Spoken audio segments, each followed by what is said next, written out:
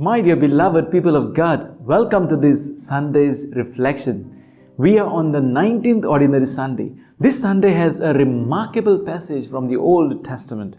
The first reading taken from the first book of Kings, chapter 19. And it's about Prophet Elijah, and therefore we cannot ignore this. Prophet Elijah who runs away from his prophetic mission. But why? Why is this prophet so frustrated and in despair? Well, we are speaking about that same prophet Elijah who was depicted in chapters 17 and 18 as full of strength and power. But now, in chapter 19, he is shown in weakness and resignation. Prophet Elijah had defied every enemy that came his way, whether it was mighty King Ahab, or the apostate Israelites, or the 450 prophets of Baal, or even the superstitious woman. Elijah had worked mighty works, of course, by the power of God.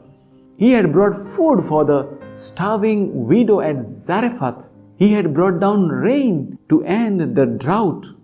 He had brought down fire to consume the sacrifice when he was battling with the prophets of Baal. And even he brought healing and life to a sick boy. But now it is completely different in chapter 19.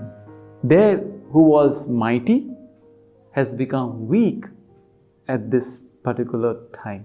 This shows, my dear people of God, that even the most fervent, dynamic servants of God can have such moments of despair and depression in their religious ministry. This is also true in the field of politics. Some persons who are powerful in a particular period of time, they become unpopular and weak in some other period of time. This can happen to anybody. We go through different kinds of situations in life. At times, we feel strong presence of God in our life, and sometimes we feel dry at prayer. We feel the absence of God. And so there is a possibility of going through such moments of depression and sadness, just as Prophet Elijah experienced. There could be various reasons for this. But now, in the case of Prophet Elijah, there could be possibly two reasons. First, now comes a big enemy, a greater enemy in the life of Prophet Elijah. A wicked woman, a queen named Jezebel, who seeks to kill the prophet. And in the face of this threat, Elijah runs away from his people and his mission, and he makes a day's journey in the wilderness, and there he asks God to take his life away. The second reason perhaps is this, and is implicit, and it is found in the following passage where Prophet Elijah is at the cave. He who was very mighty and powerful now becomes weak, perhaps because he had cut off himself from the fountain of strength, the God of Israel. For what Prophet Elijah could remember that was positive is his authority and authenticity. For he says this, I have been very zealous for Yahweh, the God of hosts. We need to get this very clear, my dear people of God, that when we rely too much on ourselves, on our self-authority, we are bound to face frustrations in life. But the beauty is here, what God does, how God reacts to this situation. Just when the prophet was abandoning his people, when he was running away for what he had lived for so long, that is, for his prophetic ministry and for the covenantal people, it is at this very moment that God takes over by feeding him with angelic food.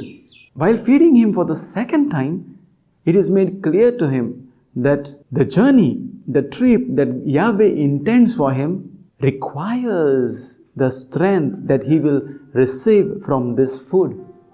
And with that food, with the energy of that food, strengthened by that food, Elijah is rejuvenated and he makes the journey of 40 days. Yes, my dear people of God. Now just connect this with today's gospel passage with the bread of life. Jesus says, I am the bread of life that came down from heaven. Yes, it is the bread for our eternal life. But in this present life too, Eucharist gives us energy to our body and soul so that we live our Christian life with enthusiasm, with a purpose in life. While we may be in depression or sadness, Eucharist is the rejuvenation for our Christian life. Therefore, the Holy Communion is that food that energizes us to live our Christian life. Let's remember that we are truly strengthened and be assured that God is always for us. Even in moments of frustrations, He energizes us. He refreshes us. God bless all of you.